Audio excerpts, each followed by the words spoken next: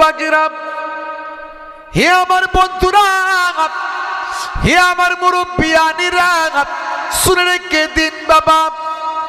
আপনারা জানেন, হে মুসলমান একটু লক্ষ্য করুন, কিছুদিন আগে নেতারা বলতো যে মুসলমানদের তাড়াবো, 1.5 কোটি মুসলমানকে, 1.5 কোটি মুসলমান নাকি রোহিঙ্গা।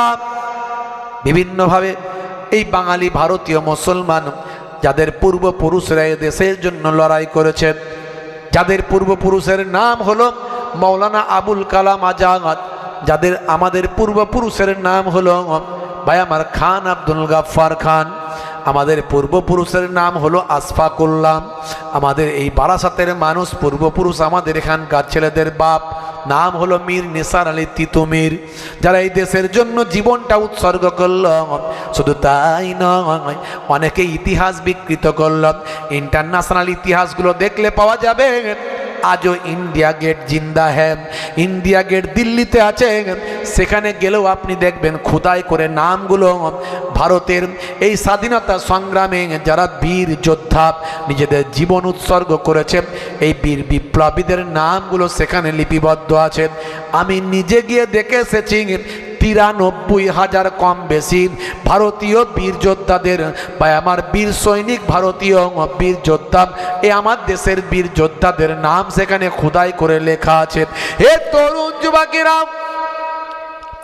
যারা দেশের জন্য জীবন উৎসর্গ করেছে, এই রকম কিছু কম বেশি 93,000 দেশপ্রেমিকের নাম লেখা আছে আজও ইন্ডিয়া গেটে। আমি নিজে চোখে সেখানে দেখে এসেছি। তার মধ্যে কিছু কম বেশি প্রায় 63,000 মুসলমানের নাম। জোরে হবে না? সবচেয়ে বেশি মুসলমান এ দেশের জন্য জীবন দিয়েছে। আজকে সেই মুসলমান অসহায়। কোথায় অর্জুন সিং এসে আমার আল্লাহকে গালাগালি করে দিয়ে চলে যায়, আছে না নাই? আর আমরা চুপ করে ভেড়াকান্তর মতো বসে থাকি, কিছু করতে পারি না। কি করব বলুন? মারপিট করব? তো কি করব? সংঘবদ্ধভাবে ঐক্যবদ্ধভাবে প্রতিবাদও তো করতে পারবো, সেটাও তো পারিনি। প্রতিবাদ সংঘবদ্ধভাবে ঐক্যবদ্ধভাবে আমরা হাইকোর্ট, সুপ্রিম কোর্ট, বিভিন্ন জায়গায় মামলাও তো করতে পারি। যদি অন্যায়ের বিরুদ্ধে প্রতিবাদ না করি, তাহলে তো ওরা পেয়ে বসবে, ওই সমস্ত জালেমরা পেয়ে বসবে, তাই না? লড়াইটা তো সংবিধান বাঁচানোর লড়াই। এই লড়াইটা হিন্দু মুসলমানের লড়াই নয়। কিছু মানুষ চেষ্টা করছে এটাকে হিন্দু মুসলমানের মধ্যে লড়াইটা নিয়ে যাওয়ার, কিন্তু হবে না। এটা গুজরাট নয়, এটা ভাই আমার মহারাষ্ট্র নয়। এখানে হিন্দু মুসলমান আমরা একসঙ্গে ওটা বসা করি, সকাল হলেই দেখা হয়। যদুর সঙ্গে জয়নালের, মধুর সঙ্গে মহিদুলের। যতই এখানকার হিন্দু সম্প্রদায়ের মানুষের মাঝখানে বোঝানো হোক যে মুসলমান মানে আতঙ্কবাদী, মুসলমান মানে খারাপ, মুসলমান মানে বাজে, মুসলমান মানে আমাদের সব ধ্বংস করে ফেলবে, মুসলমানদের 4টে করে বিয়ে আর 20টা করে ছেলে, আছে না নাই? একথা বলে সব সময়। কিন্তু তারা জানে পাশাপাশি যে মুসলিম ঘরগুলোর বাস, কারো 4টে করে বিয়েও নয় আর 20টা করে ছেলেও নয়। অর্থাৎ এখানকার পরিবেশ আলাদা, পারবে না তারা। কিন্তু আমাদের দায়িত্ব কি? ঐক্যবদ্ধ হয়ে অন্যায়ের বিরুদ্ধে প্রতিবাদ করা। কিন্তু ঐক্যবদ্ধ হয়ে অন্যায়ের বিরুদ্ধে প্রতিবাদ করব কি করে? আমরা নিজেরাই তো নিজেদের মধ্যে শুধু ঝগড়া করছি। আমরা নিজেরা নিজেদের মধ্যে মারপিট করতে বেশি পছন্দ করি। কত দল মুসলমানের একটা পাড়ায়, দেখুন তো ভালো করে।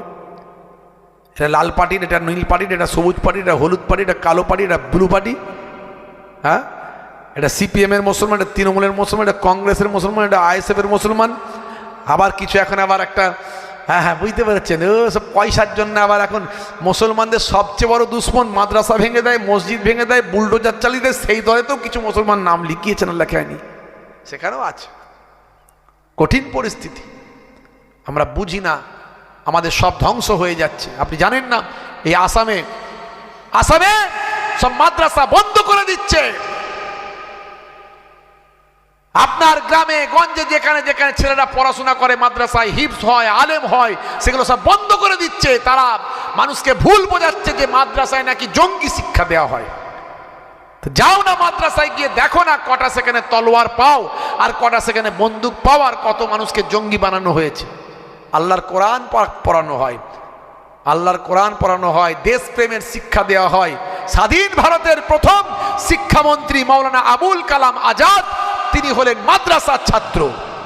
এপিজে আব্দুল কালাম তিনি বাচ্চাবেলায় মাদ্রাসায় মক্তবে পড়েছেন, তার পিতা হলেন একজন ভাই আমার ইমাম সাহেব, যিনি ভারতের মিসাইল ম্যান, পরমাণু বিজ্ঞানী, প্রাক্তন রাষ্ট্রপতি। ইতিহাস জানতে হবে।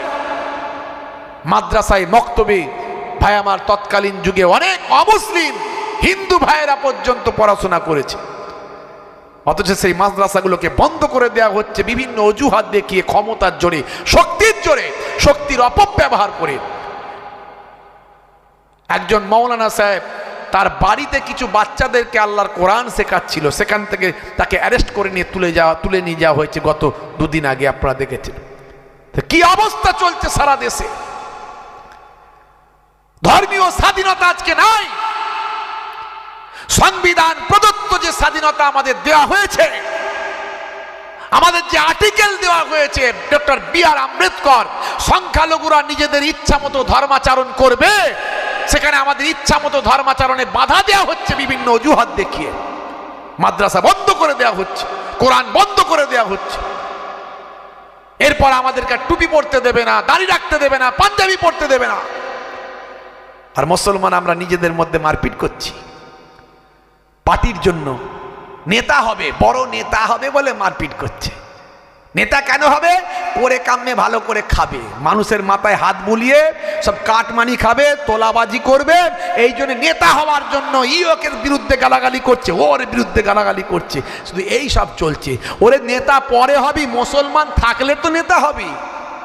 তোদেরকে তো আর মুসলমান ছাড়া অন্যজন ভোট দেবে না রে। তোদেরকে মুসলমান ছাড়া অন্যজন ভোট দেবে? দাঁড়া তো দেখে একটা, যেখানে 70% 80% অমুসলিম হিন্দু ভাইরা বাস করে, সেখানে একটা মুসলিম টিকিট নিয়ে যাদিন দাঁড়াতে দেখবো, কত বড় বাপের বেটা হয়েছিস, ভোটে জেত। আর কত দেখবে মুসলমান পাড়াতে, মুসলমান এলাকায়, যেখানে 70% 80% মুসলিম ভোটার, সেখানে অমুসলিম হিন্দু ভাইরা এসে রমরমিয়ে জিতে বেরিয়ে যাচ্ছে, কোনো অসুবিধা নেই। কারা বেশি সেকুলার, কারা সম্প্রীতি পছন্দ করে? তারপরে আমি বলবো হিন্দু ভাইরা অসাম্প্রদায়িক প্রচুর মানুষ আছে।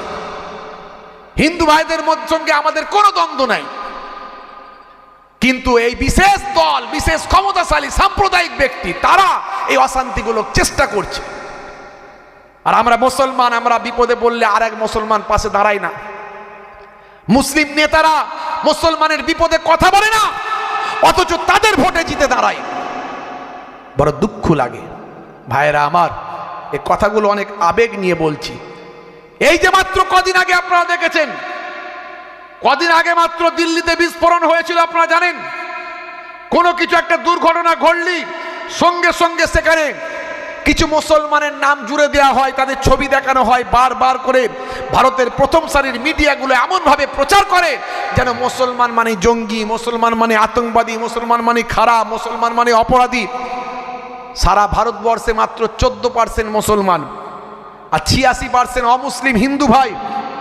এমনভাবে প্রচার করছে যেন মুসলমানরা হিন্দু ভাইদের জন্য খুব বিপদ, হিন্দু খাতরে মে হ্যায়, হিন্দু খাতরে মে হ্যায় প্রচার করছে। আমি বলি, ভারতবর্ষের প্রধানমন্ত্রী হিন্দু, ভারতবর্ষের উপপ্রধানমন্ত্রী, রাষ্ট্রপতি হিন্দু, যতগুলো রাজ্য আছে রাজ্যের রাজ্যপাল অমুসলিম হিন্দু ভাই। এই কথা বলবেন। যতগুলো ভাই আমার রাজ্যের মুখ্যমন্ত্রী আছে, মুখ্যমন্ত্রীগুলো সব হিন্দু সম্প্রদায়ের মানুষ। যতগুলো জেলা আছে, জেলার ম্যাক্সিমাম সব ভাই আমার জেলা শাসক হিন্দু সম্প্রদায়। তাহলে এত কিছুর পরে হিন্দু খাতরে মে হয় কি করে? কিভাবে মানুষকে বোকা বানানো হচ্ছে? অমুসলিম সাদাসিধে হিন্দু ভাই যাদের সঙ্গে আমাদের এত ভালো সম্পর্ক, তাদেরকে আমাদের বিরুদ্ধে হিংসা তৈরি করার চেষ্টা চালানো হচ্ছে। আর এই হিংসা যখন মারাত্মক আকার ধারণ করে, তখনই একটা সমাজে গণহত্যা নেমে আসে। গণহত্যা যেটা মায়ানমারে হয়েছে, যেটা পৃথিবীর আরো কিছু দেশে হচ্ছে। এই সাম্প্রদায়িক দলটা এটা চায় যে এই ভারতবর্ষে, এই পশ্চিমবঙ্গেও গণহত্যা হোক। যদি মানুষ মারপিট করে গণহত্যা করে মারা যায়, জলসা এরকম হবে? জলসা হবে? ওয়াজ হবে? কিছু হবে? তাহলে আগে আমার জলসা না, আগে শান্তি সম্প্রীতি বজায় রাখবো কোনটা? আগে শান্তি সম্প্রীতি বজায় রাখতে হবে। সেই জায়গায় আমাদের নেতারা তারা নেতৃত্ব নিয়ে ব্যস্ত, তারা চেয়ার নিয়ে গদি নিয়ে, আর আমাদের হুজুররা দাওয়াত নিয়ে ব্যস্ত মোটামুটি, ইওর বিরুদ্ধে ওর বিরুদ্ধে। বড় দুঃখ লাগে, লজ্জা লাগে যে এখন আমরা ঐক্যবদ্ধ হতে পারিনি, এখন আমরা সম্মিলিতভাবে অন্যায়ের বিরুদ্ধে গণতান্ত্রিক পদ্ধতিতে সংবিধান আমাকে যে পাওয়ার দিয়েছে সেই পাওয়ারকে কাজে লাগাতে পারিনি। বন্ধুরা আমার, এই দিল্লি বিস্ফোরণে মানুষগুলোকে, মুসলিম বড় বড় ডাক্তারগুলোকে সারা বিশ্বের মানুষের কাছে অপরাধী বানানো হলো, তারা সব আতঙ্কবাদী, মুসলমান মানে আতঙ্কবাদী। কয়েকটা দিন মাত্র পার হলো, পার হওয়ার পরে এই দেখুন আনন্দবাজার.com ছোট করে লিখে দিল আনন্দবাজার.com, দিল্লি বিস্ফোরণে যুক্ত নন, ধৃত 3 চিকিৎসককে মুক্তি দিল এনআইএ, ছাড়া পেলেন দিনাজপুরের নিসারও। মানে যে কজনকে ধরেছিল কাউকে প্রমাণ হলো না যে এরা আতঙ্কবাদী, সবাইকে বোঝা গেল এরা হলো ভালো মানুষ, বেকসুর খালাস। কিন্তু যখন খালাস পেল তখন ছোট করে একটা আনন্দবাজার.com-এ লেখা হলো, আর যখন প্রথম গন্ডগোলটা হলো তখন প্রত্যেকটা মিডিয়ায় বড় বড় করে দেখানো হলো। এখন আর বড় বড় করে দেখিয়ে বলা হচ্ছে না যে এরা নির্দোষ। এরকম কত মানুষকে ধ্বংস করে দেওয়া হচ্ছে, তাদের ভবিষ্যৎ নষ্ট করা হচ্ছে। কটা প্রমাণ দেব আমি এরকম?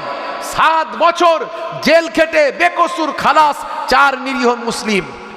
7 বছর জেল খাটার পরে বলছে বেকসুর খালাস, কোনো দোষ নাই। 7টা বছর যে তার কেড়ে নিল, 7টা বছরের কে সুদে আসলে তুমি তার ফিরিয়ে দাও, 7টা বছর ফেরাতে পারবে? এরকম কোনো আইন আছে? যারা এই চক্রান্ত করেছে তাদের শাস্তি আর হবে না। মুসলমান খুব বিপদে আমরা আছি, আর প্রচার করা হচ্ছে হিন্দু খাতরে মে হ্যায়। তবে হিন্দুরাও বিপদে আছে, নাই তা নয়। এই যে 26,000 চাকরি গেল, এর মধ্যে মুসলমানের কটা গেছে? সব তো হিন্দুদেরই চাকরি গেছে। তা লস কার?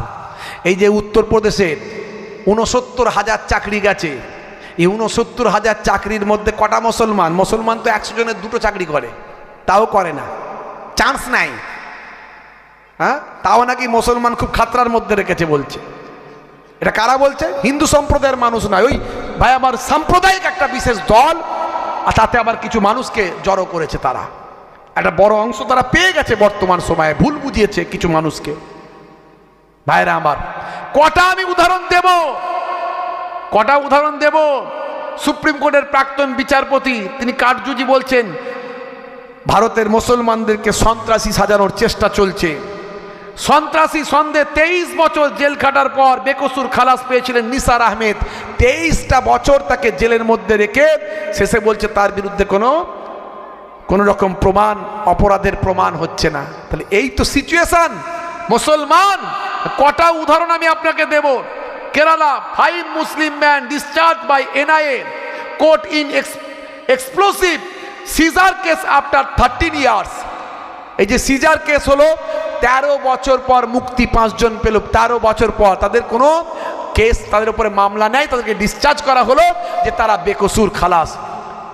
তাদের তো এই 13টা বছর নষ্ট হয়ে গেল। 13টা বছরকে ফিরিয়ে দিতে পারবে? তাদের কাজ কারবার, তাদের ব্যবসা বাণিজ্য। আমরা মুসলমান,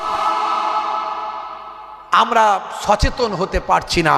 আমাদেরকে অনেক শিক্ষিত হতে হবে, এডুকেটেড হতে হবে, ঐক্যবদ্ধ হতে হবে।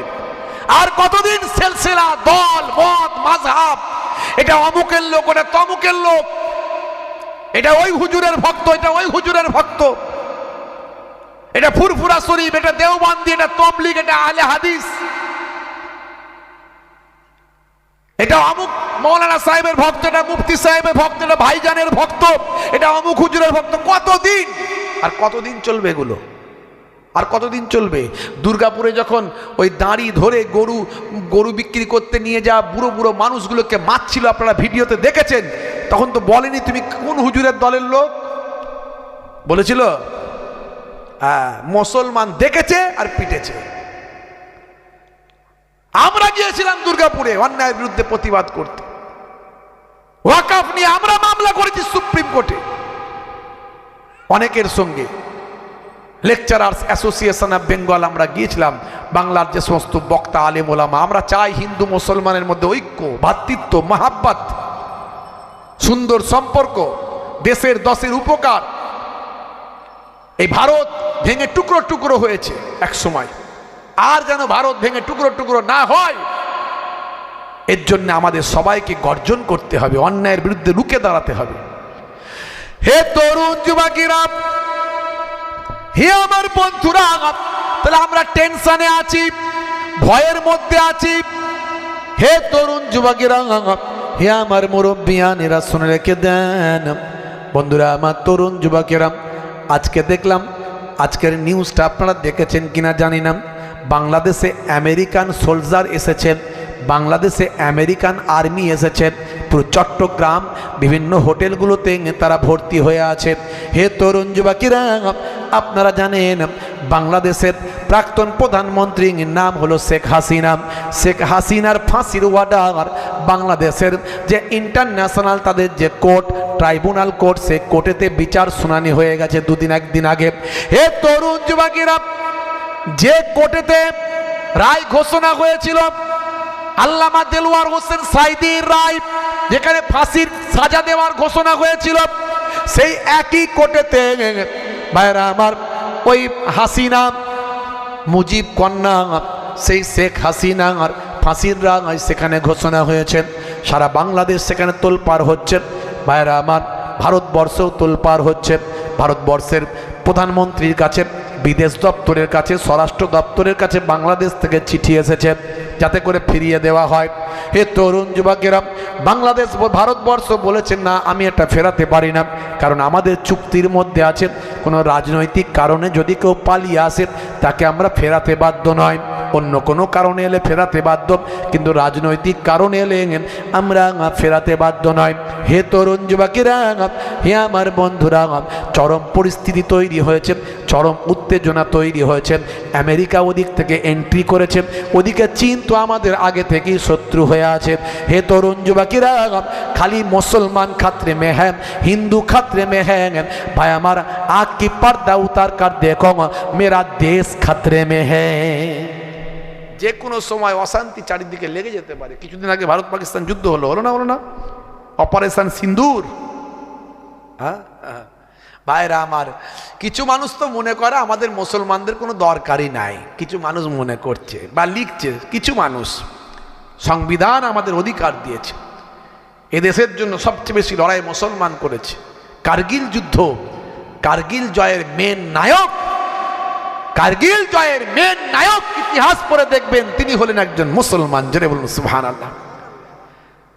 নেতাজি সুভাষচন্দ্র বসু যখন জাপান গিয়েছিলেন সাবমেরিন করে, নেতাজি সুভাষচন্দ্র বসুর সঙ্গে একজন ব্যক্তি নিজের জীবনকে উৎসর্গ করে নেতাজির সঙ্গে সমুদ্রের তলা থেকে, ভাই আমার সেই হিটলারের কাছ থেকে আপনার কি বলবো সাবমেরিন নিয়ে চলে গিয়েছিলেন জাপান পর্যন্ত, নিজের জীবনকে বাজি রেখে নেতাজির সঙ্গে যিনি গিয়েছিলেন তিনি একজন মুসলমান। লালকেল্লার ওপর থেকে ইংরেজদের পতাকা খুলে যিনি ছুঁড়ে ফেলে দিয়েছিলেন তিনিও একজন মুসলমান। ভারতবর্ষের যে আপনি ভাই আমার যে তিরঙ্গা পতাকা দেখেন, তার ভিতরে যে আপনার ওই যে চক্র দেখতে পান, এই চক্রের ডিজাইন যিনি করেছেন সুরাইয়া তাইয়েবজি, তিনি একজন মুসলমান। ইনকিলাব জিন্দাবাদ যে স্লোগান ইংরেজদের বিরুদ্ধে যিনি দিয়েছেন তিনি একজন মুসলমান। এই মুসলমানের অবদান অস্বীকার করার কোনো জায়গা নাই, কিন্তু দুর্ভাগ্য আমরা বলতে পারি না। এই যেভাবে আমি বলছি, কজন বলছে বলুন আপনি? এই বলতে গেলে তো পড়তে হবে, একটু জানতে হবে একটু। খালি যদি মোবাইলটা নিয়ে শুধু রাত দিন খালি গুলি চালাচ্ছে ঢিটি ঢিটি ঢিটি ঢিটি ঢিটি ঢিটি ঢিটি, তাহলে কি করে বলবে, কি করে জানবে? জানবেটা কি করে? আর সব সময় নিজেকে ভাবছে আমি একজন বিরাট বড় শাহরুখ খান হয়ে গেছি, এত বড় নায়ক হয়েছি যে আমার নায়িকা শুধু কাছে নাই। বিরাট বড় নায়ক সবসময় এইদিকে চুলি স্টাইল মারছে, ওইদিকে মারছে, খালি ঘন ঘন বিউটি পার্লার, খালি এই দিকটা চেঁচে ফাঁকা, ওদিকটা ফাঁকা, ওদিক থেকে চুলটিকে নিয়ে এসে পেছন দিকে ঢাকা, তার উপর আবার কালারিং ফালারিং করে দিয়ে বলছে কাকাতুয়ার মাথায় ঝুটি, খ্যাকসিয়ালি পালায় ছুটি, গরু বাছুর দাঁড়িয়ে আছে আর ঘুঘু পাখি ডাকছে গাছে। নাম কি বলছে? ডায়মন্ড। উড়ি সর্বনাশ। হাতে ধরেছে স্মার্টফোন, কানে লাগিয়েছে হেডফোন, গান শুনছে পাগল মন। ফারিস্তা বলবে শোন, কবরে গেলে বুঝবি তখন। মুসলমানের নাম কেটে বাদ হয়ে যাচ্ছে, ওর কোনো খবর নাই। মাদ্রাসায় বুলডোজার চালাচ্ছে, মসজিদে বুলডোজার চালাচ্ছে, বাচ্চাদেরকে কোরআন শরীফ শোনাচ্ছে, তেলাওয়াত করে পড়াচ্ছে, বাচ্চা ছেলেদেরকে ঘরে বসে ভিডিও দেখাচ্ছে, বলছে ওটা আতঙ্কবাদী হামলা, ওটাই নাকি আতঙ্কবাদী শিক্ষা। তাহলে আমার আর ধর্ম বলে কিছু আছে? তাহলে বাকি যে রাজ্যগুলোতে আছে সেগুলো ধরে রাখতে গেলে আমাদের কি করতে হবে? অন্যায়ের বিরুদ্ধে প্রতিবাদ করতে হবে না? হবে না? গণতান্ত্রিক পদ্ধতিতে করতে হবে, সাংবিধানিক পদ্ধতিতে করতে হবে, হিন্দু মুসলমান খ্রিস্টান জৈন বৌদ্ধ সবাইকে নিয়ে করতে হবে। সবাই সাথ দিচ্ছে আমার আপনার সঙ্গে, তারাও জানে এই লড়াইটা হিন্দু মুসলমানের লড়াই নয়, এই লড়াইটা হলো সংবিধান বাঁচানোর লড়াই, গণতন্ত্র বাঁচানোর লড়াই, দেশকে রক্ষা করার লড়াই। ভাইরা আমার, হে তরুণ যুবকেরা, হে আমার বন্ধুরা, হে আমার মুরব্বিয়ানিরা, শুনে রেখে দিন বাবা। হে মুসলমান, একটু লক্ষ্য করুন, তবে ভয় পাওয়ার কোনো কারণ নাই। সবসময় সময় একরকম যায় না, এক মাঘে শীত চলে যায় না। হে তরুণ যুবকেরা, হে আমার মুরব্বিয়ানেরা, দেখুন একটু চিন্তা করুন কি চলছে। পৃথিবীর বড় বড় নেতারাও তারাও কিন্তু টেনশানে আছে। ভাই আমার, শেখ হাসিনা বাংলাদেশ থেকে ভারতে চলে এসেছে পালিয়ে, ভারতে থাকলেও তার টেনশন কিন্তু আছে না নাই? সে যদি বাংলাদেশে যায়, যে ফাঁসি কাস্টে ভাই আমার অনেক ফাঁসির দড়িতে তারা তাদেরকে ঝুলিয়েছিল, আজকে তারা আবার এদেরকে ঝুলাবে বলছে ভাই। হ্যাঁ, তাহলে বিপদে সবাই আছে বাপ, কেউ শান্তিতে নাই। এই জন্য অতি বড় হওনি, ঝড়ে পড়ে যাবে, আর অতি ছোট হয়েও নি, ছাগলে মুড়িয়ে খাবে। তাহলে কি করতে হবে? ইসলামের নির্দেশ মেনে চলতে হবে। তুমি ইসলামের নির্দেশ মেনে চলো, যতদিন দুনিয়াতেও বাঁচবে লোকে স্যালুট করবে, আর মরে গেলেও ফারিস্তারা স্যালুট করবে। বেশি বার বাড়তে যেওনি, তাহলে বিপদ আছে। কোরআন হাদিসের নির্দেশ মেনে চলো, মিডিয়াম সাইজে চলো, ঠিক আছে, ভালো থাকবে। হে তরুণ যুবকেরা, হে আমার বন্ধুরা, হে আমার মুরব্বিয়ানিরা, শুনে রেখে দিন বাবা।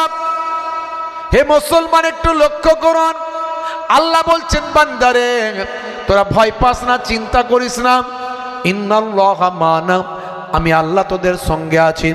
নবী বলেছেন আমাদের সঙ্গে আমাদের আল্লাহ আছেন। বান্দা তুমি চিন্তা করো না, হে আবু বকর চিন্তা করো না, আমার আল্লাহ আমাদের সঙ্গে আছেন। আমার আল্লাহ এখানে বলছেন তোমরা যখন ভয় পাও, আমি আল্লাহ তোমাদের ভয়টা দূর করে দিই। তোমরা শুধু আমার হয়ে যাও, আমি আল্লাহ তোমাদের হয়ে যাব। তোমরা তোমাদের ঈমানকে মজবুত করো, তোমাদের আকীদা বিশ্বাসকে মজবুত করো, তোমরা তোমাদের বিশ্বাস ঈমানটাকে শক্তিশালী করে নাও। হে তরুণ যুবকেরা, তোমাদের ঈমানকে যদি পাহাড়ের মতো দাঁড় করাতে পারো, কোনো রকম কোনো ঝঞ্ঝাট, কোনো রকম ঝড় ঝটিকা, কোনো তুফান, কোনো শক্তি, কোনো অন্যায়ের কাছে নিজেদের কখনো তোমার কখনো মাথা নত করবে না। এইভাবে যদি ঈমানকে মজবুত করতে পারো, আর যদি আমার নির্দেশনা মানতে পারো, তোমরা আমার কাছে যা চাইবে আমি আল্লাহ তোমাদের দোয়াটা কবুল করে নেব। আল্লাহ তাআলা আমাদের দোয়াকে কবুল করে নেবেন যদি আমরা আল্লাহর হতে পারি। যদি আমরা আল্লাহর হয়ে যেতে পারি, আমার আল্লাহ আমাদের দোয়া কবুল করে নেবেন। বন্ধুরা আমার, তরুণ যুবকেরা আমার, মহান আল্লাহর কৌশল চেনা বড় দায়। আমার আল্লাহ কিভাবে কৌশল তৈরি করেন সেটা আমরা জানি না। আল্লাহর নবী যখন মক্কা শরীফে আল্লাহর নবীর দয়ার নবীর ঘরটা যখন জালেমরা ঘিরে ফেলেছিল, তারা আমার নবীকে ভালোবাসে, পছন্দ করে, কিন্তু আমার নবীর সঙ্গে শত্রুতা একটাই কারণ, সেটা হলো আমার নবী এক আল্লাহর কথা বলে। আমরা মুসলমান, আমরা তো কারো ক্ষতি করিনি আজ পর্যন্ত। কোনো মুসলমান কোনো অন্য ধর্মের মানুষের ধর্মীয় বই পুড়িয়ে দিয়েছে এরকম কিছু খবর আছে? খবর নাই। চেষ্টা করেছে অনেক সময়, যা এই মন্দিরে গিয়ে আই লাভ মোহাম্মদ সাল্লাল্লাহু নাকি মুসলমান লিখেছে, ভালো করে খবর টবর নিয়ে দেখলো না, ওটাও বেটা মুসলমান নয়, অন্যজন ওদের দলের লোকই করেছে। ওটাও হিন্দুও বলবো না, ওটা একটা সাম্প্রদায়িক দল, তারা করেছে। চেষ্টা বারবার করে যাচ্ছে হিন্দু মুসলমানের মধ্যে লড়াই লাগানোর। হ্যাঁ, কোনোদিন কোনো দেখেছেন কোন মুসলমান মন্দিরে গিয়ে আঘাত করেছে? না, বরং আমরা মনে করি হিন্দু মুসলমান মিলেমিশে চলতে হবে। যদি বাংলাদেশে কোনো অন্যায় হয়ে থাকে সেটা অবশ্যই অন্যায়, সে যেই করুক, হিন্দু করুক মুসলমান করুক যেই করুক, যে দেশেই হোক না কেন, যে অন্যায় করবে, সব ধর্মের মধ্যেই ভালো মানুষ খারাপ মানুষ আছে, সব ধর্মের মধ্যে আছে। তো খারাপ মানুষগুলোকে ধরে নিয়ে এসে শাস্তি দাও, তার জন্য এরকম বিভাজন করছো কেন? ভাই ভাই ছোট থেকে আমরা মানুষ হয়েছি, আমাদের কষ্ট হয়, খারাপ লাগে, আমরা মানুষকে নিয়ে চলতে চাই। আর এরকম বিদ্বেষ, এরকম হিংসা বারবার ছড়ানো হচ্ছে মিডিয়ায়, মোবাইলে, বিভিন্ন পত্র পত্রিকায়। হে তরুণ যুবকেরা, আল্লাহ বলছেন বান্দারে শুনে রেখে দাও, আমার কৌশল কেউ বুঝতে পারবে না। দুনিয়ার মানুষ যত বড়ই কৌশলকারী হোক না কেন, নমরুদ বড় জুলুম করেছিল, বড় অত্যাচার করেছিল। হে তরুণ যুবকেরা শুনে রেখে দাও, ইব্রাহিম নবীকে আগুনে ফেলেছিল, আমি আল্লাহ তার উপর এমন কৌশল করেছিলাম, একটা কানা খোরা মশা গিয়ে তার মাথার ভিতরে ঢুকে কামড়ে কামড়ে তাকে হত্যা করেছিল।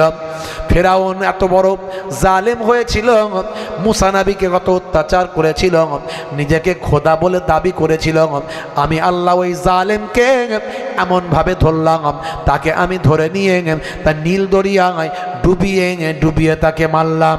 হে তরুণ যুবকেরা শুনে রেখে দাও, আমাদের নবী যখন মক্কা শরীফ থেকে যখন চলে যাবেন, নবীকে সবাই ভালোবাসে, শুধু একটাই কারণে শত্রুতা, নবী আল্লাহর কথা বলে, নবী মিথ্যা কথা বলেন না, কোনোদিন কারো ক্ষতি করেন না, কোনোদিন কাউকে কষ্ট দেন না, কোনোদিন কারোর উপর অত্যাচার করেন না, কোনোদিন কাউকে আঘাত করেছেন এমনও প্রমাণ নাই।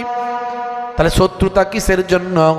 শত্রুতা হলো একটাই কারণে, আল্লাহর নবী এক আল্লাহর কথা বলেন, তবে জোর করতে কাউকে বলেননি যে মানতেই হবে, কারণ ধর্ম মানাটা নিজস্ব একান্ত ইচ্ছার ব্যাপার, জোর করে ধর্ম মানা যায় না।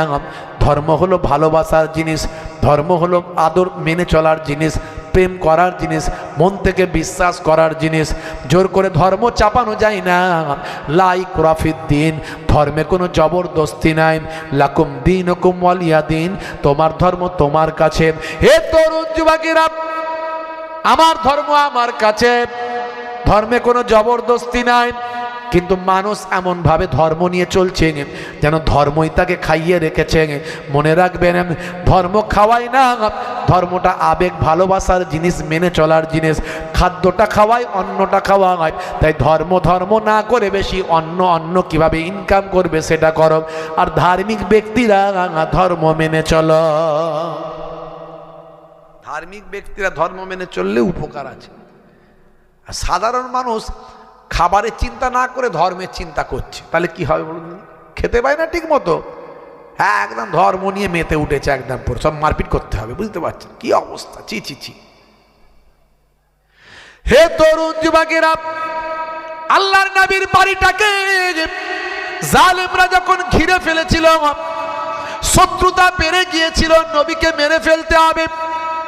নবী এই ধর্মের কথা প্রচার করে, সেই ধর্মের কথা প্রচার বন্ধ করতে হবে। আল্লাহর নবীর বাড়িটাকে যখন ঘিরে ফেলেছিল, আহারে নবী আমার তখনও কি আখলাক, কি চরিত্র নবী আমার দেখিয়েছেন। হে তরুণ যুবকেরা, হে আমার মুরব্বিয়ানেরা, আরবের মানুষ দয়ার নবীকে বড় ভালোবাসত, বড় প্রেম করত, মহাব্বত করত। তারা বিশ্বাস করত নবী কখনো আমানতের খেয়ানত করতে পারেন না, নবী কখনো অন্যের মাল হরণ করতে পারেন না, নবী কখনো চুরিচামারি করতে পারেন না, নবী পাক কখনো আমানতের খেয়ানত কখনো করতে পারেন না। সেই সময় আরবের মানুষ ছিল ভয়ে ভীত। Might is right, জজ্জার মূল্যক তাগার। হে তরুণ যুবকেরা, খুন, ধর্ষণ, রাহাজানি, অপরাধ, অন্যায় করে মানুষ গর্ববোধ করত। আজও দেখবেন কিছু মানুষ, হে তরুণ যুবকেরা, ধর্ষণ করছে, ধর্ষণ করে কিছুদিনের জন্য তারা জেলে যাচ্ছে, কিছুদিন পরে তারা জামিন নিয়ে যখন আসছে, তার দলের লোকেরা ওই ধর্ষণকারীকে মালা পরাচ্ছে। এর থেকে বড় লজ্জা ভারতবর্ষের জামিনে আর কিছু নাই। কথা ঠিক না ভুল বলেন? একটা ধর্ষককে প্রাধান্য দিচ্ছে কিছু মানুষ। এই রকম সিচুয়েশন তখনকারের যুগেও ছিল। আরবের জমিনে এই অত্যাচার অবিচার তখন কারের যুগেও ছিল। আল্লাহর নবী আস্তে আস্তে সব বন্ধ করেছিলেন। হে যুবকেরা, কিন্তু বন্ধ করতে গিয়ে নবীকে অনেক অত্যাচারের সম্মুখীন হতে হয়েছিল, আল্লাহর নবীকে অনেক আঘাত পেতে হয়েছিল। আল্লাহর নবী, তবে নবীকে তারা বিশ্বাসী মনে করত, সত্যবাদী মনে করত, নবী কোনোদিন মিথ্যা কথা বলেন না, এটা তারা জানত। এক সময় যখন নবী পাকের ঘরটা ঘিরে ফেলেছে, এবার হত্যা করা হবে, দয়ার নবী যাবার আগেও কি ব্যবহার দেখাচ্ছেন। হে তরুণ যুবকেরা, হযরতে আলী মুর্তজা কারামাল্লাহু ওয়াজহুকে বললেন, বাবা আলী, তুমি আমার হুজরাতে শুয়ে পড়ো, তুমি আমার হুজরায় শুয়ে পড়বে। শুনে রাখো, তোমাকে দেখলে ওরা বুঝতে পারবে যে আমার জায়গায় তুমি আছো, তোমার ওপর আঘাত করবে না, তারা চলে যাবে, আমি গোপনে চলে যাব, লুকিয়ে চলে যাব। আমার আল্লাহ নির্দেশ দিয়েছেন রাতের অন্ধকারে বেরিয়ে যেতে। এক মুষ্টি মাটি নেব, বালি নেব, দুশ্মনদের চোখের দিকে আমি ফিকে দেব, এই ফিকে দেওয়ার সঙ্গে সঙ্গে তারা অন্ধ হয়ে যাবে, আমি চলে যাব।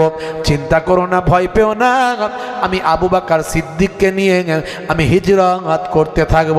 তবে তোমাকে বলি, তুমিও চলে আসবে। আসার আগে এই আরবের মানুষেরা, মক্কার মানুষেরা আমাকে মহাসত্যবাদী মনে করেন, আমাকে আমানতদার মনে করেন। আমার কাছে তারা তাদের অর্জিত অর্থ, গচ্ছিত অর্থ আমার কাছে রেখেছে, সোনাদানা তাদের অলংকার আমার কাছে রেখেছে, যাতে সবাই আমাকে বিশ্বাস করে আমার কাছ থেকে আর চুরি হবে না। ওই দুর্বল মানুষগুলোর কাছ থেকে থাকলে তাদের কাছ থেকে চুরি হয়ে যাবে। হে তরুণ যুবকেরা, হে আমার বন্ধুরা, আল্লাহর নবী কেমন আমানতদারি ছিলেন। হে দুনিয়ার মানুষ শোনো, হে দুনিয়ার মানুষ জেনে রেখে দাও, আমার আপনার নবী তাই সোনার জবানে বলে দিয়েছেন। ভাই আমার, শুনে রেখে দেন, জেনে রেখে দেন, মুনাফিকের আলামত হলো তিনটে। মুনাফিকের আলামত হলো কটা? জোরে বলেন কটা? তিনটে। ইজা হাদ্দাসা কাযাবা, যখন কথা বলবে মিথ্যা কথা বলবে। ওয়াইজা ওয়াদা আখলাফা, এবং ওয়াদা করলে তার খেলাফ করবে। ওয়াইজা উতুমিনা খানা, এবং আমানতের খেয়ানত করবে। যার মধ্যে এগুলো পাবে, নিঃসন্দেহে বুঝে নেবে সে মুনাফিক। কিন্তু বলার দরকার নাই, তুই বেটা মুনাফিক বললে ঝগড়া হবে না? হবে না কি? হ্যাঁ, ঝগড়া ইসলাম পছন্দ করে না। ওই ব্যক্তি ভালো যে সবর করে। ইন্নাল্লাহা মাআস সাবিরিন, ধৈর্যশীল বান্দার সঙ্গে আল্লাহ থাকে। প্রতিবাদ বেশি না করাই ভালো বর্তমান সিচুয়েশনে। প্রতিবাদের মাধ্যম আল্লাহর নবী বলেছেন, অন্যায় দেখবে হাত দিয়ে প্রতিবাদ করো, কিন্তু আমাদের এখন কি করার ক্ষমতা আছে হাত দিয়ে? কেউ একটা অন্যায় করছে, আপনি হাত দিয়ে তাকে প্রতিবাদ করলে সে ছেড়ে কথা বলবে? কোর্ট, আইন, পুলিশ, থানা আপনার পক্ষে থাকবে না বিপক্ষে থাকবে? সব বিপক্ষে চলে যাবে। তাহলে হাত দিয়ে প্রতিবাদ করার ক্ষমতা আর নাই। মুখ দিয়েও করার সিচুয়েশন নাই এখন আর। মুখ দিয়ে করলেও বলবে আমার ক্ষমতায় আমি করছি, তোর তাতে কি? আমি আমার করছি যা পারি, তোর তাতে কি? প্রতিবাদ করতে পারবেন না। তাহলে কি করবেন? তৃতীয় পদ্ধতিটা আল্লাহর নবী বলেছেন, ঘৃণা জেনে সেখান থেকে সরে চলে যাও। তাই বলি, প্রতিবাদ বেশি না করে প্রতিকার করা ভালো। প্রতিকার করা ভালো, তার থেকে দূরে থাকা, দূরত্ব বজায় রাখা। কেউ খারাপ মানুষ, আপনি তাকে আর বলে পাল্টাতে পারবেন না। যদি কানে কানে বুঝিয়ে এক দুবার হয়তো হলো, যদি বুঝে যান ইয়ার পরিবর্তন হবে না, তার থেকে দূরত্ব বজায় রাখুন। দূরত্ব বজায় রাখুন। ভাইরা আমার, বলার কিছু নাই। আখেরি জামানা, ইমান বাঁচানো খুব মুশকিল। ইমান বাঁচানো খুব মুশকিল আখেরি জামানা। আমরা মানুষ নিজেদেরকে এতটাই আমিত্ব আর অহংকারে পরিপূর্ণ করেছি, এতটাই আমাদের বড়ত্বের জায়গায় নিয়ে গিয়েছি। কোরআন মাজিদ আল্লাহ রাব্বুল আলামিন বলছেন, ইন্নাল্লাহা লা ইউহিব্বুল মুতাকাব্বিরিন। আল্লাহ তাআলা অহংকারীকে পছন্দ করেন না। কিন্তু আমরা এমন শয়তানি প্রলোভনে পড়েছি, কারো পকেটে পয়সা হয়েছে পয়সার অহংকার, কারো শরীর স্বাস্থ্য হয়েছে শরীরের ক্ষমতার অহংকার, কারো পেছনে লোকবল জনবল আছে, নেতা হয়েছে সে নেতার অহংকার, কে আবার বড় একটু আলেম হয়েছে, বক্তা হয়েছে, হুজুর হয়েছে, তার আবার তার একটা সেই গরম। কত কথা বলবো,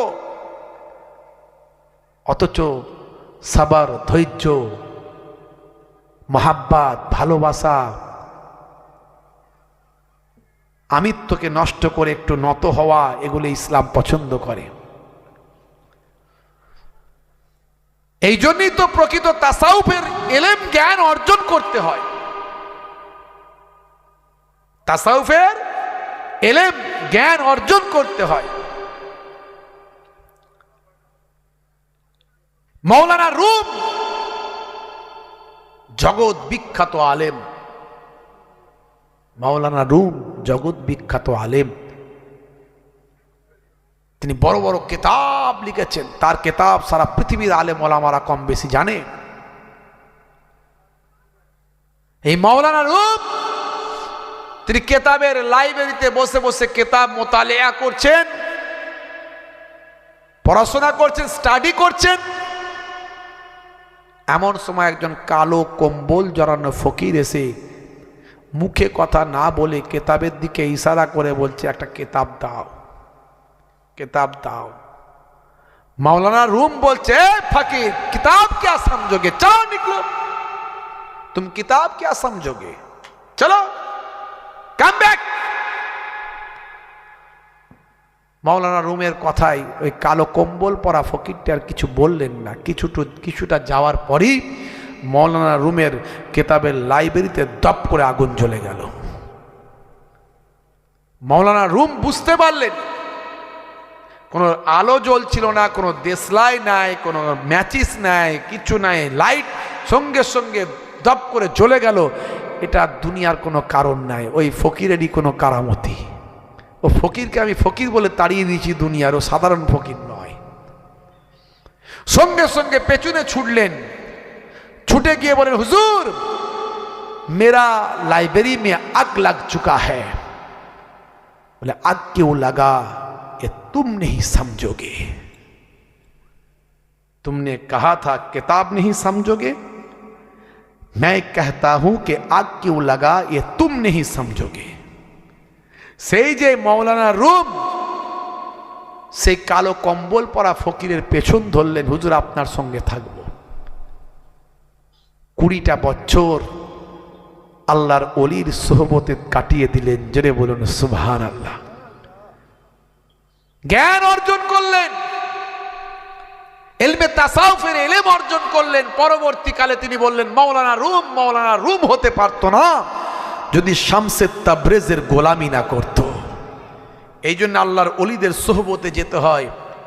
আমার মনের ট্রিটমেন্টটাকে করবে, শরীরের ট্রিটমেন্টের জন্য ডাক্তারখানা যায়, কিন্তু হৃদয়ের ট্রিটমেন্টের জন্য কার কাছে যাব?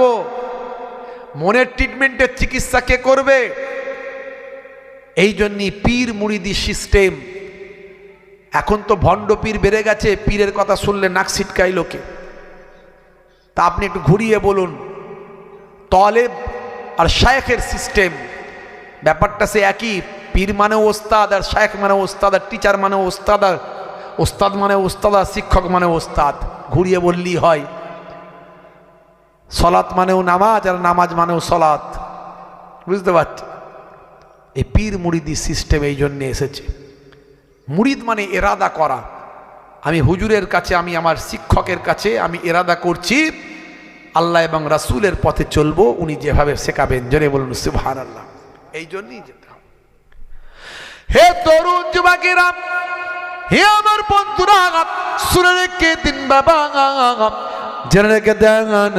হে মুসলমান একটু লক্ষ্য করুন, হে যুবকেরা একটু খেয়াল করুন। বাপ এমন সময় দেখতে পাওয়া যায়, সেই সময় দয়ার নবী আমার কি করলেন? হযরতে আলী মুর্তজাকে বললেন, শোনো, যে সমস্ত আমানতগুলো আমার কাছে আছে, এই আমানতগুলো তুমি প্রত্যেক মালিকের কাছে ফিরিয়ে দিও।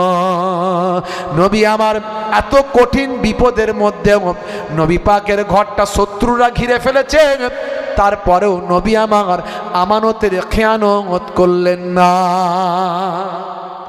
দেখেছেন কি শেখাচ্ছেন নবী আপনাকে আমাকে, কি শেখাচ্ছেন, কি আদর্শ শেখাচ্ছেন। আমরা মনে মনে করছি একটু নারে তাকবীর, আল্লাহ আকবার, নারায়ে রিসালাত, ইয়া রাসূল আল্লাহ বললি মনে ভালোবাসা হয়ে গেল। নবীর মাহাব্বতটা অন্তর থেকে হোক। আল্লাহর মহাব্বতটা অন্তর থেকে হোক। হে তরুণ যুবকেরা, হে আমার বন্ধুরা, শুনে রেখে দিন বাবা, জেনে রেখে দেন, আমার আপনার নবী যখন হুজরা মোবারক থেকে ঘর থেকে যখন বেরিয়ে গেলেন, বেরিয়ে যাওয়ার পরে নবী আমার যখন চলে যাচ্ছেন, আমার আল্লাহ আয়াত নাজিল করে বললেন, হে দুনিয়ার মানুষ শুনে রেখে দাও, জেনে রেখে দাও, হে আমার হাবিব, হে আমার বন্ধু শুনুন, আমার রামাইতা ইজ রামাইতা ওয়ালাকিন্নাল্লাহ রামা, আমার রামাইতা, আপনি ফেকেননি। কত সুন্দর বাক্য শুরু হচ্ছে, আমার রামাইতা, মা রামাইতা, আপনি ফেকেননি, ইজ রামাইতা, যখন আপনি ফিকেছিলেন, যখন আপনি ফিকেছিলেন ওই বালিটা, ওই মাটিটা, তখন কিন্তু আপনি ফেকেননি, যখন আপনি ফিকেছিলেন। কত সুন্দর মাধুর্যপূর্ণ শব্দ, কত সুন্দর অলঙ্কারপূর্ণ শব্দ। হে তরুণ যুবকেরাম, আল্লাহর নবীকে আমার আল্লাহ বলছেন কোরআন মাজিদে এলো, হে আমার হাবিব, আপনি ফেকেননি যখন আপনি ফিকেছিলেন, আপনি ফেকেননি যখন আপনি ফিকেছিলেন। আমার মা রামাইতা ইজ রামাইতা ওয়ালাকিন্নাল্লাহ রামা, নিশ্চয় আমার আল্লাহ মাবুদ আল্লাহ তো ফিকেছিলেন। আপনি ফেকেননি যখন আপনি ফিকেছিলেন, বরং আল্লাহ তো নিজেই ফিকেছিলেন। জেরে বলুন সুবহানাল্লাহ। এই জন্যে সকলের চোখে ওই বালিটা পৌঁছে গিয়েছিল, সবাই চোখ লগড়াতে শুরু করলো, আর ভিড়ের মাঝখান থেকে নবী আমার চলে গেলেন হযরত আবু বকর সিদ্দিক রাদিয়াল্লাহু তাআলা আনহুকে নিয়ে গারে সুর। জোরে বলেন সুবহানাল্লাহ। এই ঘটনা আপনারা জানেন, আমি বলবো না। বলার উদ্দেশ্য হলো, মুসলমান আমরা যদি আল্লাহর হয়ে যাই, আমার আল্লাহ আপনাকে আমাকে কোনটা দিয়ে হেফাজত করবে আমি আপনি জানি না। যার জন্য কুয়া খোলা হবে, সেই কুয়াতে সেই তো পড়বে। হে তরুণ যুবকেরা, হে আমার মুরব্বিয়ানেরা, শুনে রেখে দিন বাবা, জেনে রেখে দেন মুসলমান,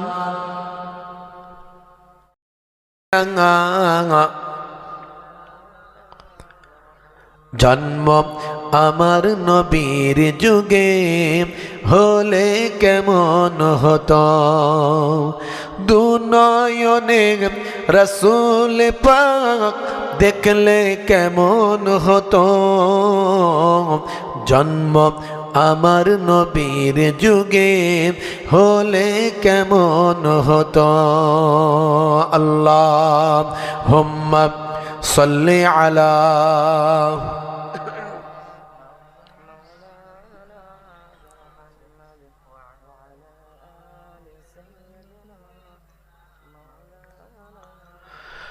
নবী রওজা শরীফ দেখে মন ভরে না, দিদার দাও গো শাহে মদিনা, দিদার দাও গো শাহে মদিনা।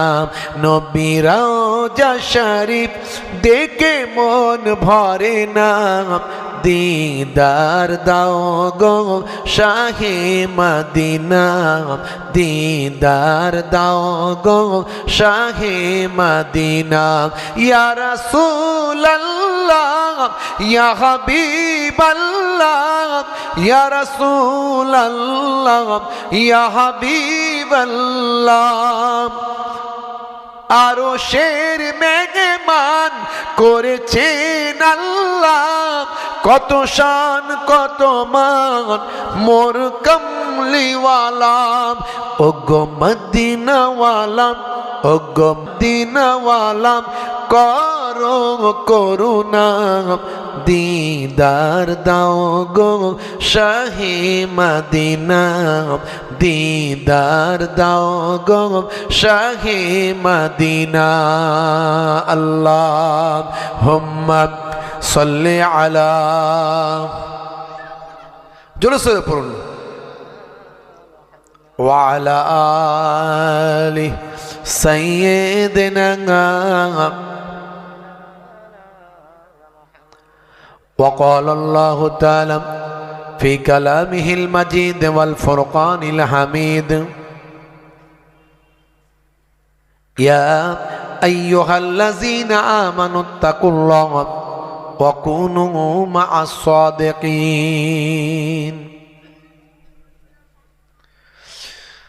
وقال الله تعالى أيضا في كتابه مخبرا إنما المؤمنون إخوات فأصلحوا بين أخويكم وقال الله تعالى أيضا في كتابه مخبرا ومكروا ومكر الله والله خير الماكرين وقال الله تعالى أيضا في كتابه مخبرا يا أيها الذين آمنوا اتقوا الله لا ترفعوا أصواتكم فوق صوت النبي وقال النبي صلى الله عليه وسلم حق المسلم على المسلم خمس رد السلام وعيادة المريض واتباع الجنائز وإجابة الدعوات وتسمية العاطس إلى آخر الحديث أو كما قال عليه الصلاة والتسليم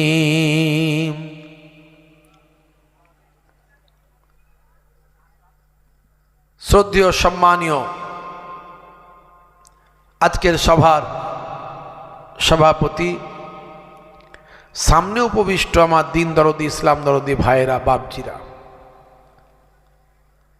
পর্দার আড়ালে আছেন আমার মায়েরা, বোনেরা,